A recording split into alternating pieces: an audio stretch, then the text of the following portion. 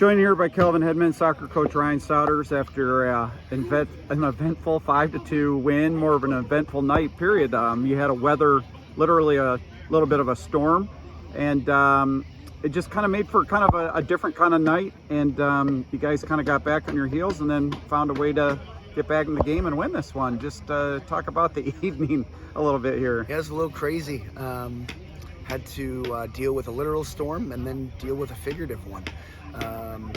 Credit to Hardin-Simmons. Like they didn't come up from Texas to lay down. And after the break, they came out and just really slapped us around a bit. They beat us in every facet of the game. They were better on the ball, obviously better on set pieces, 2 set piece goals, 1 second phase. And those are areas we usually pride ourselves in. So I don't know if we weren't ready, or I mean, as a staff, we have to own some of that. But credit to them for making it difficult. Huge end of the half. Couple first years, you look at TJ McVeigh finding a way to get his foot on that ball across, and then Hans Prusch just burying it and kind of really brought us new life. And then second half, I thought our energy was better, moved the ball better, obviously some really good finishes. Great to see that. Winning's hard, man, so obviously we'd like to do some things better, but we're going to enjoy it, and a 6-point weekend is always awesome. Yeah, getting a goal with 12 seconds left is always a huge boost. And then on the flip side, if you're defending, you give one up in the last 12 seconds, that can be a little deflating. It's kind of like you say, goals change games, and that one was kind of a key one, wasn't it, just for the momentum? For sure. I mean, I think there was new life in us, and in some ways belief, like, hey, we can do this, we're a pretty good team. I don't know, I'd have to ask him, but I'd imagine Hardin-Simmons is thinking, okay, they might be coming a little bit out of the half. And so, as you said, goals change games. We believe it, and it certainly did against us, and then we were thankful and fortunate that it did for us in the second half.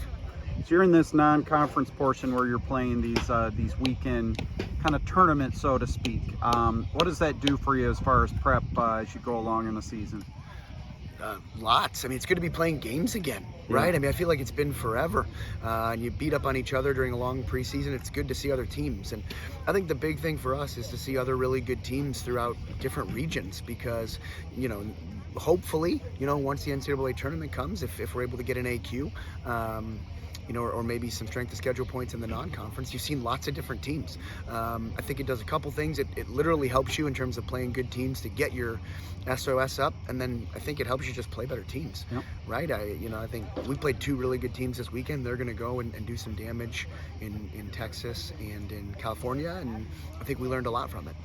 So next week, just kind of finishing up another busy week, go to Aurora on Tuesday, and then down to Old Ohio Wesleyan, very familiar place, Delaware, Ohio, for a weekend tournament. Just your thoughts on the week ahead. Yeah, I mean, the cliches are such for a reason, right? They get said over and over again because they're true, but one game at a time. Aurora's going to be tough. We got to go to their place. They earned a draw here last year, so we know they're going to be organized. Coach Lakin's going to have them ready, and then we'll head down to Delaware, Ohio, see Dr. Jay Martin. One of the men that I really respect, and is a mentor to many of us in terms of college coaching. And we'll get down there and see what we can do, but we got to go ahead and try and take care of business on Tuesday first. All right. Well, hey, congrats on the two wins here, and we'll look forward to next week.